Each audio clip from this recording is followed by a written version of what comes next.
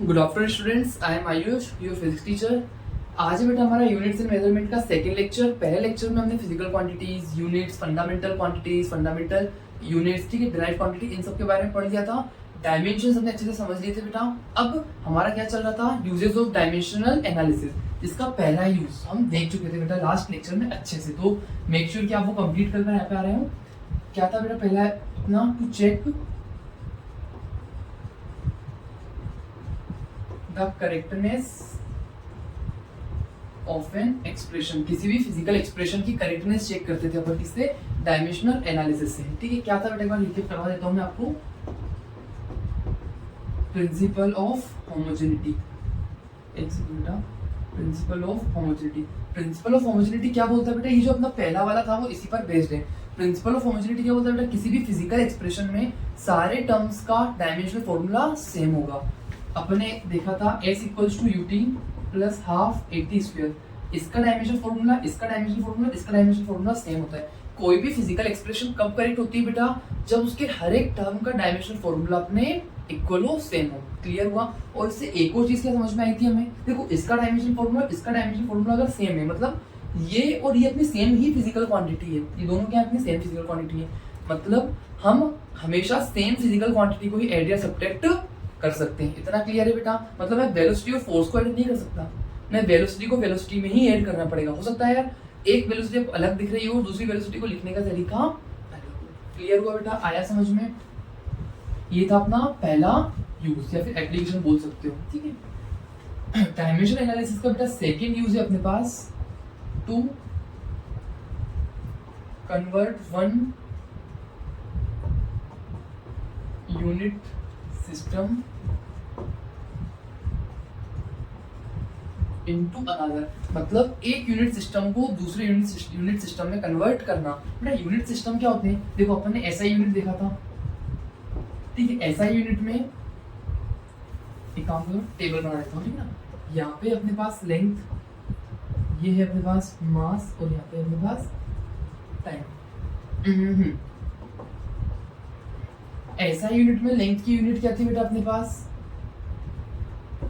Metre. मास की क्या थी अपने पास, केजी। और टाइम की क्या थी अपने पास, सेकेंड। एक और होती है अपने पास सीजीएस यूनिट, ठीक है। CGS unit system, CGS unit system क्या होता है, सीजीएस यूनिट सिस्टम में बेटा अपन लेंथ को लेते हैं सेंटीमीटर में, मास को लेते हैं ग्राम में, और टाइम को तो अपन सेकेंड में ही लेते हैं। एक और सिस्टम होता है बेटा अपना एफपीएस सिस्टम। एफपीएस सिस्टम में बेटा लेंथ को अपन लेते हैं फुट में, मास को लेते हैं अपन पाउंड में, और टाइम को तो अपन सेकंड में ही लेते हैं। बेटा ऐसी और भी काफी सारे सिस्टम्स अपने हो सकते हैं। ये सीजीएस हुआ, एफपीएस हुआ, ये ज्यादा वेल नोन मेरे पास यूनिट सिस्टम है, ठीक है। तो एक यूनिट सिस्टम से दूसरे यूनिट सिस्टम में कन्वर्ट करने के लिए डायमेंशन एनालिसिस का यूज किया जा सकता है, ठीक है बेटा। कैसे करते हैं अपन देखते हैं, समझ में आया बेटा इतना।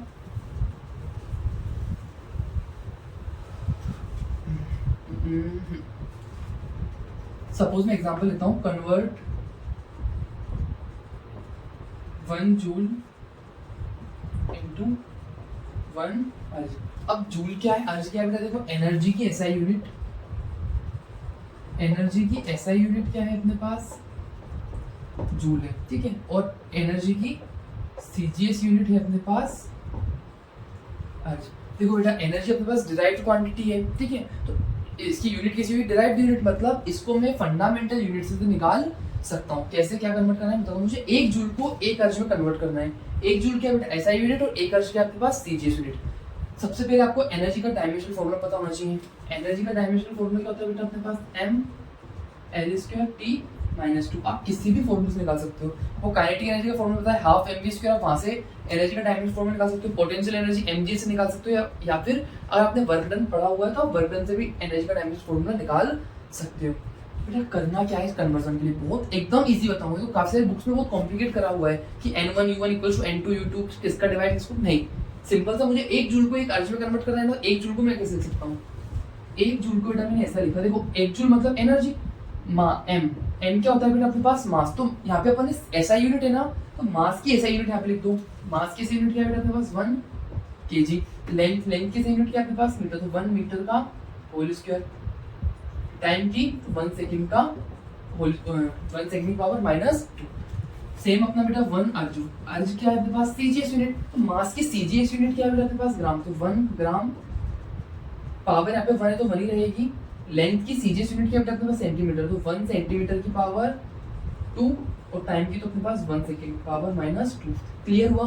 किसी भी यूनिट को कन्वर्ट करना होता है उसको लिख लो इस तरह से, और जिसमें कन्वर्ट करना उसको भी ऐसे लिख लेते हैं। 1 जूल को किसमें कन्वर्ट करना था, 1 अर्ज में। 1 जूल होती है बेटा अपने पास एसआई यूनिट, तो 1 joule equal to 1 KG 1 metre whole square 1 second का -2। क्लियर हुआ। बात समझ में बेटा मैंने कैसे लिखा, सबसे पहले आपको डायमेंशनल फॉर्मूला पता होना चाहिए। क्लियर हुआ, बात समझ में आई। फिर अपना अर्ज में, अर्ज होता है अपने पास सीजीएस यूनिट, तो मास को अपन ने लिखा सीजीएस में, लेंथ को लिखा सीजीएस में, टाइम को लिखा सीजीएस में। क्लियर हुआ।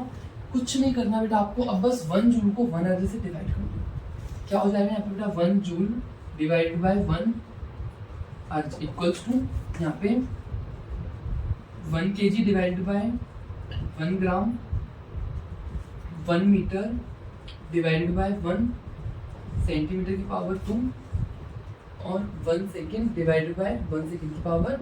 देखो ये तो अपना क्या हो जाएगा बेटा कैंसिल हो जाएगा, इसको मैं फर्दर सोल्व करके ऊपर लिख रहा हूँ,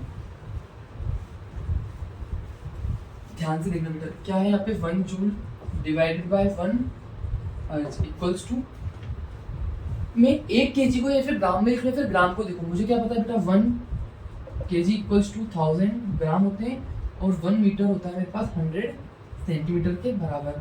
तो केजी को ग्राम में लिख लो, फिर ग्राम को केजी में लिख लो, मुझे देखो 1 केजी बैग में लिख सकता हूँ 1000 ग्राम में, क्या हो जाएगा 1000 gram divided by 1 gram, power अपनी 1 है से 1 मीटर मतलब 100 centimetre divide by 1 centimetre power 2, second time वाला अपना कैंसिल हो गया। क्या है बेटा देखो 1 जूल डिवाइड बाय 1 अर्ज 10 टू द पावर यहाँ पे हुआ अपना 3 इनटू, तो ग्राम से gram cancel, centimetre centimetre cancel, 100 divided by 1 मतलब 100, 100 का 10 to the power 2, 10 to the power 2 का होल पावर 2 मतलब 10 टू द पावर क्या होगा अपने पास 4। क्या है बेटा 10 to the power base and power add हो जाएंगे, 10 टू द पावर 7 मतलब 1 joule equals to 10 to the power 7। Clear है बेटा। मुझे 1 जूल से अर्ज को कन्वर्ट करना था तो मैंने जूल ऊपर रखा, अर्ज को नीचे रख लिया। अगर मुझे बोले अर्ज से जूल में कन्वर्ट करना है तो अर्ज को ऊपर रख लो, जूल को नीचे रख लो, या फिर नहीं भी करो बेटा, आपको जो ऊपर रखना है आप रख सकते हो।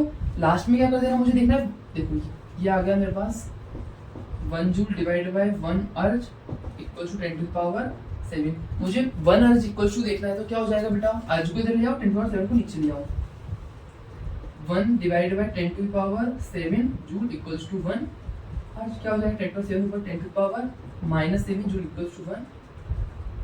सिंपल सा, ठीक है ना। ये याद रखना बेटा 1 joule equal to 10 to the power 7 erg, क्योंकि काफी जगह आपको यूज होने वाला है। क्लियर हुआ बेटा इतना। कोई भी यूनिट दी हुई है आप उसको ऐसे कन्वर्ट कर सकते हो, ठीक है। एक और बेटा एग्जांपल ले लेते हैं अपन। मैं बोलता हूँ 1 न्यूटन फोर्स को बेटा अपन को 1 डाइन में कन्वर्ट करना है। न्यूटन होती है बेटा फोर्स की एसआई यूनिट, और डाइन होती है फोर्स की सीजीएस यूनिट। ध्यान रखना 1 न्यूटन क्या है फोर्स की एसआई यूनिट, और डाइन होती है फोर्स की सीजीएस यूनिट। बेटा ये चीजें धीरे धीरे आप पढ़ोगे आपको सारी चीजें क्लियर हो जाएंगी, याद आता जाएगा, थोड़ी थोड़ी चीजें याद होती जाएंगी। क्लियर हुआ, ठीक है। फोर्स की यूनिट अपने पास न्यूटन है और सीजीएस यूनिट डाइन है। फोर्स का सबसे पहले डायमेंशनल फॉर्मूला निकालो। फोर्स का होता है बेटा अपने पास मास इनटू एक्सेलरेशन, मास का m, एक्सेलरेशन का l, t -2। ये कैसे आया बेटा, ये अपन ने लास्ट लेक्चर में कवर किया है, तो मेक श्योर आपने उसको देखा हो।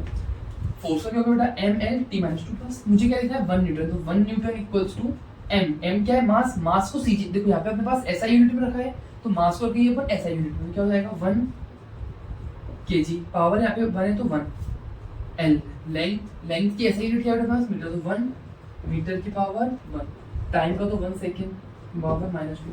और किस में रख दो आप, डाइन में रख लो, डाइन मतलब सीधे, तो 1 dyne equals to 1 gram 1 centimetre and 1 second की पावर -2। क्लियर हुआ बेटा।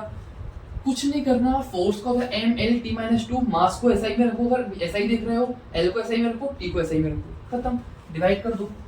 1 newton divide by 1 dyne equals to 1 kg divide by 1 gram, 1 metre divide by 1 centimetre और 1 सेकेंड डिवाइड बाय 1 सेकेंड की पावर 9। तो ये तो मेरे पास कैंसिल हो जाएगा। 1 kg को मैं डायरेक्ट यहाँ पे लिख देता हूँ बेटा 1000 ग्राम, और 1 मीटर को लिख देता हूँ मैं 100 सेंटीमीटर। ग्राम से ग्राम कैंसिल। क्या है बेटा 1 newton divide by 1 dyne equals to 1000 मतलब 10 टू द पावर 3 इंटू 100 मतलब 10 टू द पावर 2। क्या हुआ बेटा 1 newton equals to 10 to the power 3 और 2 मतलब 10 पावर 5। सिंपल सी रिलेशन आ गई बेटा। कोई दिमाग ही नहीं लगाना किसको ऊपर रखना है किसको नीचे रखना है। n1 u1 देखो कैसे बताते हैं, वो बताते हैं n1 u1 equals to n2 u2। फिर n1 निकालना है तो n1 n2 u2 divide by u1 वगैरह अननेसेसरी नहीं जाना। सिंपल कंसेप्ट समझ में आना जरूरी है, सब्जेक्ट की डेप्थ में जाना जरूरी क्या कर क्या है। ये हुआ बेटा। अब इसमें एक और तरह के क्वेश्चंस बड़े पूछे जाते हैं। उन्होंने यहाँ पे तो अपना 1 न्यूटन से 1 अर्ज में कन्वर्ट करना था।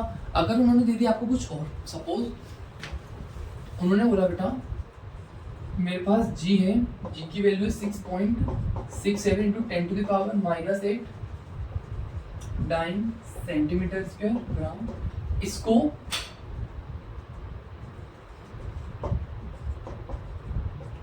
अपन को एसआई यूनिट में कन्वर्ट करना है। ठीक है बेटा। मुझे क्या g है ग्रेविटेशन, g क्या होता है बेटा अपने पास ग्रेविटेशनल कांस्टेंट। अभी के लिए आपको फॉर्मूला बताता हूँ। g का फॉर्मूला होता है अपने पास f r square divided by m1 into m2। m1 into mass है बेटा, r अपने पास डिस्टेंस है और फोर्स f क्या है अपने पास फोर्स है। उन्होंने जो बेटा g अपने पास 6.67 इंटू -8 डाइन सेंटीमीटर स्क्वायर पर ग्राम का होल स्क्वायर। इसका मतलब क्या है बेटा, क्या g मुझे CGS में दी हुई है, मुझे SI में कन्वर्ट करना है। सिंपल। g किस में दी हुई है बेटा, CGS में SI में कन्वर्ट करना है। अब से पहले यहाँ पे देखो SI में क्या हो जाएगी g की वैल्यू, यहाँ पे कुछ न्यूमेरिकल वैल्यू आएगी। डाइन का क्या हो जाएगा बेटा 1, डाइन का क्या हो जाएगा अपने पास न्यूटन, सेंटीमीटर का हो जाएगा मीटर का होल स्क्वायर, g का हो जाएगा kg की पावर -2। अब कैसे कन्वर्ट करना है वो पढ़ेंगे। सबसे पहले अपन क्या करना है बेटा, g का डायमेंशनल फॉर्मूला फाइंड करना है आपको। g का डायमेंशनल फॉर्मूला देखो, फोर्स होता है m l t -2। r क्या है बेटा डिस्टेंस क्या हो जाएगी अपने पास l का whole square divided by m1 into मतलब m की पावर 2। एक m से मेरा कैंसिल, तो g का क्या आएगा बेटा m, नीचे एक m बचा, ऊपर जाके क्या हो जाएगा m की पावर -1 l की पावर 3 और t की पावर -2। ये क्या बना बेटा मेरा g का डायमेंशनल फॉर्मूला बन गया। समझ में आया। g का डायमेंशनल फॉर्मूला क्या बना बेटा m इनवर्स l की पावर 3 t की पावर -2। इतना कंसेप्ट क्लियर हुआ बेटा, समझ में आया। अब इसमें एक और चीज आपको क्या ध्यान से देखना है, मुझे CGS से डाइन, तो अपन क्या लिखो CGS तो 1 डाइन सेंटीमीटर स्क्वायर g की पावर -2। देखो बेटा यहाँ पे इसको भी उसका कुछ करने का जरूरत ही नहीं है, ठीक है ना। अपन को सिर्फ डाइन सेंटीमीटर स्क्वायर g की पावर -2 को SI में कन्वर्ट कर लेते हैं। 1 डाइन सेंटीमीटर स्क्वायर क्या हो जाएगा बेटा, ये मास को लिखो किसमें अपना CGS यूनिट में। CGS यूनिट मास होता है तो 1 g की पावर -1। लेंथ को CGS में लिखो मतलब 1 सेंटीमीटर की पावर 3। और टाइम को लिखो तो टाइम तो अपना सेकंड ही होता है की पावर -2। क्लियर हुआ बेटा, समझ में आया। ठीक है। सेम अपना किसमें कर लो SI में। SI में जो 1 न्यूटन मीटर स्क्वायर kg की पावर -2 क्या हो जाएगा बेटा। मास को लिखो SI में तो 1 kg की पावर -1, L मतलब 1 मीटर की पावर 3, टाइम तो अपना 1 सेकेंड ही होता है। डिवाइड कर दो बस खत्म। इसको लिखो 1 डाइन सेंटीमीटर स्क्वायर g की power -2 divided by 1 newton metre का होल स्क्वायर kg की पावर -2। समझ में आया बेटा क्या हो जाएगा यहाँ पे 1 ग्राम। अब यहाँ पे 1 kg तो डायरेक्ट लिख देता हूँ मैं इसको 1000 ग्राम। 1 सेंटीमीटर यहाँ पे लिख दो 1 मीटर तो divide by 100 centimetre power 3। 1 second divide by 1 second, ये तो अपना कैंसिल हो ही जाएगा। ध्यान से देखना बेटा मैं क्या करने वाला हूँ। 1 डाइन सेंटीमीटर स्क्वायर g की power -2 divided by 1 newton metre square kg की पावर -2, सॉरी यहाँ पे -1 है पावर में। देखो 1 डिवाइडेड बाय जी से जी कैंसिल कर दो, सेंटीमीटर सेंटीमीटर कैंसिल कर दो, 1 डिवाइडेड बाय 1000 मतलब ऊपर आ जाएगा तो क्या हो जाएगा 10 टू द पावर -3 की पावर -1। देखो 1 divided by 10 to the power 3 ऊपर आ जाएगा तो 10 टू द पावर -3 इनटू नीचे गए 100 100 ऊपर आने क्या हो जाएगा बेटा 10 टू द पावर -2 की पावर 3। क्लियर हुआ इतना सिंपल बेटा। अब डायरेक्ट में लिख देता हूँ, देखो 10 टू द पावर -3 इंटू -1 तो ये क्या हो जाएगा बेटा 10 to the power 3, 10 to the power -2 into 10 to the power 3 मतलब ये क्या हो जाएगा 10 to the power -6, 10 to the power -2 की होल पावर क्या थी बेटा थी तो -2 इंटू 3 -6 क्या बना बेटा ये मेरा 10 टू द पावर 3 प्लस -6 मतलब 10 to the power -19 centimetre square क्या हो जाएगा बेटा 10 to the power -3 newton metre square KG की पावर -2 के बराबर। मुझे इसको कन्वर्ट करना था, ध्यान रखना यहाँ पे छोड़ना नहीं है बेटा, मुझे इसको एसआई में कन्वर्ट करना था। देखो इसको मैं ऐसे लिख सकता हूँ बेटा 6.67 into 10 to the power -8 into 19 centimetre square g की पावर -2 क्या हो जाएगा बेटा, इसकी जगह क्या डाल दूँ एसआई में क्या बन जाएगा मेरा 6.67 into 10 to the power -8 10 to the power -3 newton metre square KG -2। Clear हुआ बेटा। इनको इक्वल में भी लिख सकते हो, इक्वल शून्य करके ये लिख दिया क्या हो जाएगा, इसको मैं आप लिख रहा हूँ 6.67 इंटू 10 -8 -3 में 10 power -11 newton metre square KG की पावर माइनस। क्लियर हुआ बेटा, समझ में आया, कंसेप्ट समझ में आया, बस इजी। तो अपना आंसर हो गया। इसको जब आप एसआई में कन्वर्ट किया जाएगा 6.67 इंटू 10 पावर -11। ज्यादातर केसों में बेटा जो आगे वाली वैल्यू उसमें फर्क ही नहीं पड़ता, ठीक है, बट आपको कॉन्सेप्ट आना चाहिए, कैसा भी हो आप कन्वर्ट कर लोगे, ठीक है।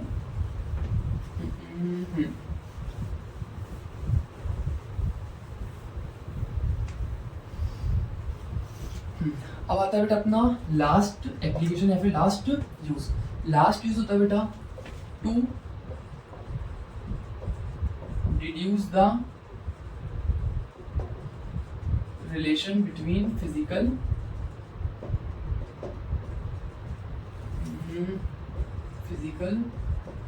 क्वांटिटी। मेरे पास दो फिजिकल क्वांटिटीज मतलब किसी भी फिजिकल क्वांटिटीज के बीच का रिलेशन किससे निकाल सकते हैं बेटा अपन डायमेंशनल एनालिसिस से। एग्जाम्पल समझेंगे आपको डायरेक्ट समझ में आ जाएगा। सपोज उन्होंने दिया बेटा centripetal force F of body M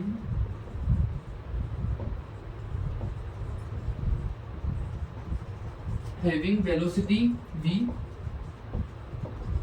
moving in a circle of radius R। मैंने क्या बोला बेटा, मेरे पास सेंट्रीपिटल फोर्स है उस बॉडी का जिसका मास m है, उसकी वेलोसिटी है v और सर्कल है रेडियस का R। मतलब मैं सिंपल बता क्या रहा हूँ, क्या सेंट्रीपिटल फोर्स अपना मास वेलोसिटी और रेडियस से किसी ना किसी तरह से कनेक्ट है। मुझे नहीं पता बेटा डायरेक्टली प्रोपोर्शनल है इनवर्सली प्रोपोर्शनल है, बस मुझे इतना पता है कि किसी ना किसी तरह से वो रिलेटेड है। तो मैं क्या करता हूँ, फोर्स को डायरेक्टली प्रोपोर्शनल बोलता हूँ, m की पावर a v की पावर b और r की पावर c।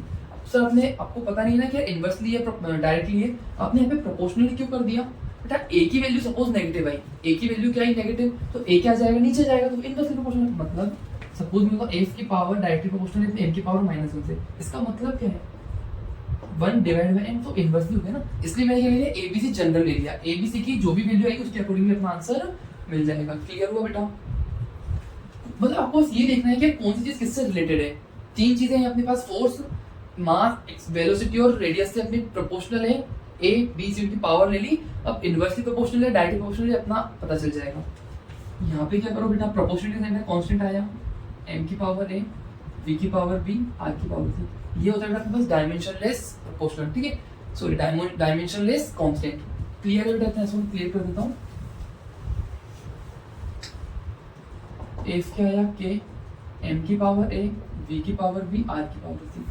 फोर्स का डायमेंशनल फॉर्मूला क्या होता है बेटा अपने पास, देखो प्रिंसिपल ऑफ होमोजेनिटी अपने देखा है क्या, किसी भी टर्म किसी भी एक्सप्रेशन में सारे टर्म्स का डायमेंशनल फॉर्मूला बराबर होता है। f का डायमेंशनल फॉर्मूला और इसका डायमेंशनल फॉर्मूला आपके पास बराबर होगा। f क्या होता है बेटा m मास इंटू एक्सेलरेशन मतलब M L T minus to.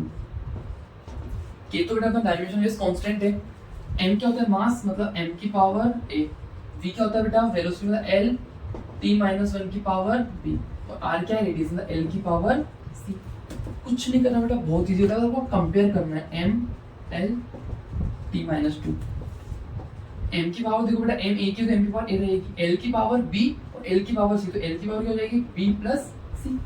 कैसे देखो यहाँ से l की पावर क्या हो जाएगा b इंटू एल की पावर c, तो l की बेस सेम तो अपनी पावर प्लस हो जाएगी l की power b plus c, t की पावर माइनस b, देखो इसके b का मल्टीप्लाई तो t की पावर माइनस b। क्लियर हुआ। अब ऐसे कंपेयर करो, देखो m की यहाँ पे पावर है 1, तो 1 किसके बराबर होगा बेटा अपना 1 के बराबर। बस m की पावर यहाँ पे देखो और m की पावर यहाँ पे देखो, कंपेयर कर लो, खत्म। l की पावर यहाँ पे क्या है बेटा 1 और l की पावर यहाँ पे क्या है b plus c equals to 1। Clear हुआ। t की पावर यहाँ पे माइनस 2, t की पावर यहाँ पे माइनस b, तो मतलब minus 2 equals to minus b, minus से माइनस कैंसिल, तो a कितना है बेटा मेरा 1 और b कितना है मेरे पास 2, यहाँ पे 2 रख दो तो 2 प्लस c इक्वल्स टू 1, तो c कितना मिल जाएगा बेटा मुझे माइनस। क्लियर हुआ। a b c की वैल्यू मिल गई, इसमें रख देते हैं इस इक्वेशन में। f क्या हो जाएगा बेटा f equals to k m, a कितना है बेटा 1, b कितना है अपने पास 2 और c कितना है अपने पास माइनस 1। ठीक है, इसको मैं यहाँ पे लिख देता हूँ बेटा, k लगाना मत भूलना, k लगाना मत भूलना। ठीक है, तो f क्या हो जाएगा अपने पास k प्रोपोर्शनलिटी कांस्टेंट, उसकी वैल्यू 1 भी हो सकती है कुछ भी हो सकती है। m v की पावर मतलब v स्क्वायर, अब r की पावर माइनस तो क्या हो गया, मुझे नहीं पता था स्टार्टिंग में कि यार f अपना r से इनवर्सली प्रोपोर्शनल है, मैंने बस जनरली ले लिया था r की पावर नेगेटिव है मतलब फोर्स अपना सेंट्रीपिटल फोर्स r से इनवर्सली प्रोपोर्शनल होता है। अब मैंने जब एक्सपेरिमेंटल मुझे पता है बेटा k की वैल्यू होती है 1, तो f कितना आया mv square by centripetal force का फॉर्मूला मेरा। ठीक है, तो ये इजी मेथड है to deduce the relation between physical quantity. ठीक है ना बेटा, बहुत इजी चैप्टर है अपना। अगला लेक्चर अपना सिग्निफिकेंट फिगर्स के बारे में होगा। इसके पहले ये तीनों अच्छे से समझ में आया नहीं है बेटा। इस पे एक और क्वेश्चन कर लेते हैं, time period of pendulum. Time period of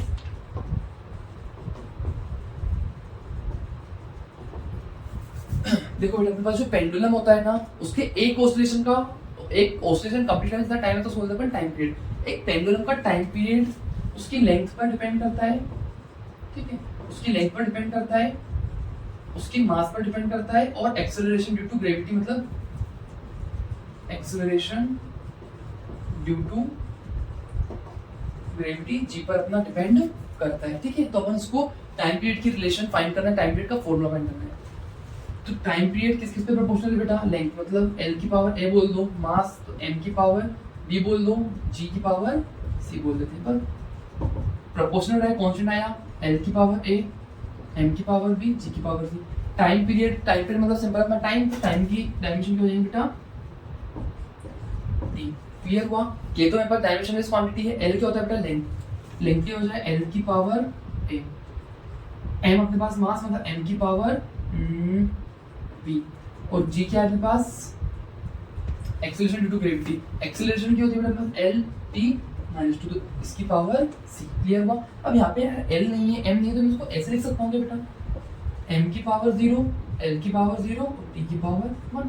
m की पावर 0 मतलब 1, l की पावर 0 मतलब 1। और डायमेंशंस का मतलब भी क्या होता है बेटा, हमें पता है ना, जैसे टाइम पीरियड है, dimensions of time period is 0 in m, 0 in l, and 1 in t। Clear हुआ। ऐसे कंपेयर करना है बेटा, देखो a क्या है आपका, इसको लिख लेते हैं, m की पावर कितनी है बेटा, यहाँ पे है b, l की पावर कितनी है, यहाँ पे से a प्लस यहाँ से है c, तो a प्लस c, और टाइम पीरियड की पावर कितनी है बेटा माइनस 2c। क्लियर हुआ बेटा, l की पावर a और l की पावर c दोनों ऐड हो जाएंगी, t की पावर माइनस 2c, m की पावर 0, l की पावर 0, t की पावर, देखो m की पावर यहाँ पे 0 है और a की पावर यहाँ पे b है, तो b तो क्या हो जाएगा बेटा अपने पास 0। ठीक है, अब इसका मतलब क्या मैं बताता हूँ, b की पावर क्या हो गई अपने पास 0, l की पावर 0, यहाँ पे l की पावर a प्लस c, मतलब 0 equals to a plus c, और t की पावर यहाँ पे 1 है और t की पावर यहाँ पे माइनस c है, तो 1 equals to minus 2c। Clear हुआ। t की पावर 1 है और यहाँ पे t की पावर माइनस 2, यहाँ पे लिख लेते हैं। देखो बेटा b तो अपना क्या हो गया, b हो गया अपना 0, a plus c a plus c कितना है 0 और 1 इक्वल्स टू -2c है, तो c क्या हो जाएगा बेटा अपने पास 1 डिवाइड बाय -2, मतलब c कितना आ रहा है अपने पास -हाफ। बस इसमें वैल्यूज डालो, क्या था अपने पास t equals to k l की पावर a m की पावर b और g की पावर c। t क्या हो जाएगा बेटा k l की a कितना आया अपने पास, हाँ देखो a निकाला, c आया अपना -1/2, तो a कितना हो जाएगा -हाफ इक्वल टू 0, a कितना हो जाएगा हाफ, बना हाफ को अपन उस तरफ ले जाएंगे। क्लियर हुआ, l की पावर 1/2 m की पावर 0 और g की पावर c मतलब -1/2। ध्यान से देखना बेटा, t कितना है अपने पास k, l की पावर 1/2 मतलब रूट l, m की पावर 0 मतलब 1 और g की पावर -2, g को नीचे लिया तो क्या हो जाएगा g की पावर 1/2, उसको मिल सकता हूँ रूट l, मतलब t की टाइम पीरियड कितना है बेटा अपने पास k रूट l/g। ठीक है, क्लियर है, इतना समझ में आया बेटा, इसको मैं क्लियर कर देता हूँ। टाइम पीरियड कितना है अपने पास k रूट l/g। अभी k की वैल्यू होती है बेटा अपने पास 2 root l/g।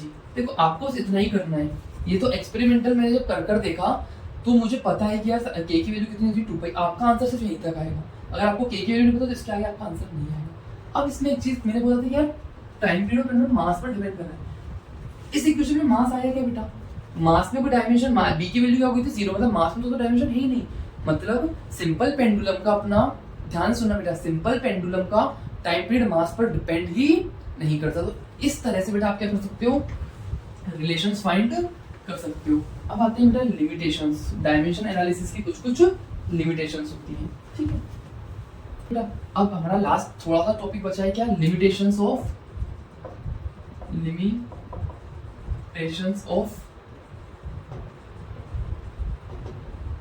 Dimensional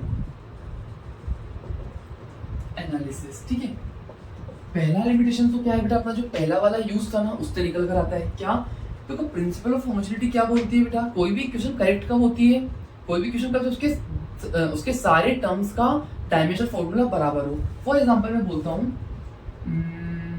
force equals to mass into acceleration. ठीक है, फोर्स का डायमेंशन फॉर्मूला क्या है बेटा अपने पास m l t-2, मास का m l t-2। अब तक तो कोई दिक्कत नहीं थी यार, इसका और इसका डायमेंशन फॉर्मूला अपने पास सेम है, इक्वेशन करेक्ट है। बट अगर मैं ऐसा बोल देता हूँ f इक्वल्स टू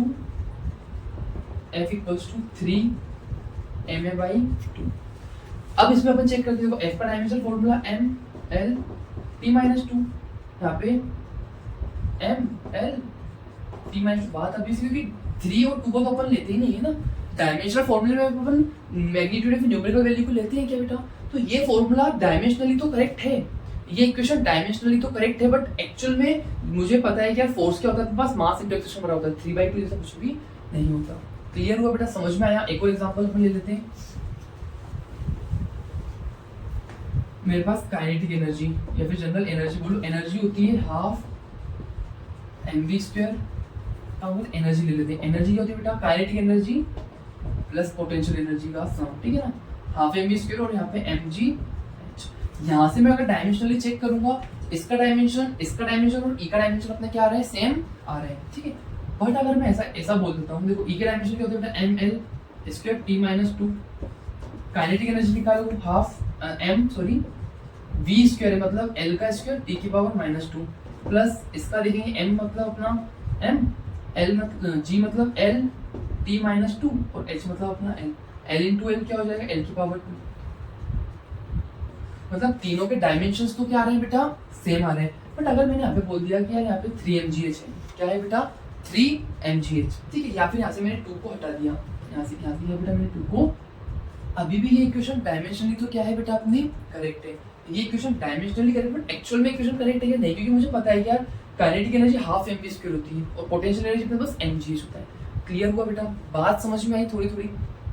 ठीक है, वो बातें अलग होती है, तो मैंने काइनेटिक एनर्जी डबल ले ली हो वगैरह, बस जनरल एग्जांपल दे रहा हूँ क्या यार, अपने कोई इक्वेशन अगर डायमेंशनली करेक्ट है तो मैं ऐसा नहीं हो सकता कि वो जरूरी वो इक्वेशन एक्चुअल में भी करेक्ट हो, ऐसा मैं नहीं बोल सकता। क्यों, क्योंकि डायमेंशनली करेक्शन चेक करने के टाइम पे अपन क्या देखते हैं बेटा, उसके मैग्नीट्यूड को भूल जाते हैं।